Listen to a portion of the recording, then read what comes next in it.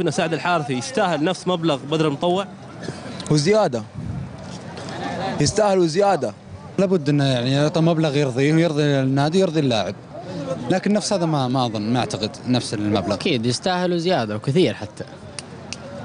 يا رجال 50 مليون قليله في سعد الحارثي. والله يا سعد الحارثي انا اقولها بكل حق، تعرض الى ضغوط من الاعلام، وإدارة النصر الصراحة ما وقفت مع الوقفة الصادقة كما وقفت الأندية الأخرى مع لاعبينها. عندنا ياسر القحطاني ما شاء الله من اللاعبين اللي يحبهم، مالك معاط وقف معهم النادي ويردون للنادي، لكن سعد الحارثي ما وقف مع النادي بالطريقة الصحيحة، الإعلام جالس يضغط عليه. والله بصراحة ما يستاهل. سعد لاعب كبير ونتمنى ان شاء الله انهم يجددوا معاه العقد.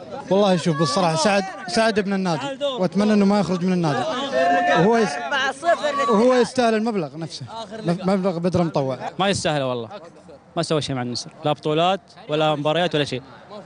تاريخه ما يشفع لنهائي، تاريخه ما يشفع له، ما سوى شيء مع النصر نهائيا، لا فوزنا في دربيات ولا نهائيات ولا حاجه، لا دوري ولا بطولات ولا كاس. اكثر من بدر المطوع يستاهل، لازم يعطوه اكثر من عشان سعد الحارثي راجع بقوه الان. ما اشوف انه يستاهل المبلغ هذا، كثير عليه، لانه ما سوى شيء.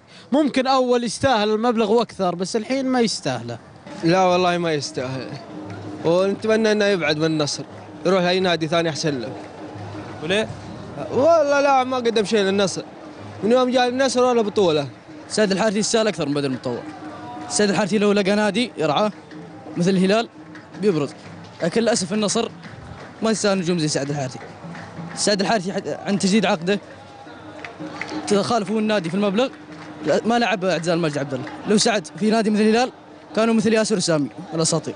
سعد ابن من ابناء النادي وسيظل ان شاء الله في النادي، ومتفائلين جدا بكحيلان تجديد عقد سعد، وسعد ما راح يقول لا ان شاء الله. والله سعد لاعب معروف في نادي النصر، لاعب قديم وكابتن، له مهمية في نادي النصر، يعني مش معقول انه يترك النصر. لا ان شاء الله بيقبل، سعد مستحيل يطلع برا. ما تصور سعد برا النصر، كل امانه ما راح تصور. لا سعد ان شاء الله يرضى بنادي النصر، لان نادي النصر محتاج سعد الحارثي. سعد ابن النادي ويستاهل كل خير صراحة. ما اتوقع ان سعد بيهون عليه النصر. اوجه نداء من لاين سبورت لسعد الحارثي، نحبك يا سعد الحارثي ونحتاجك في النصر.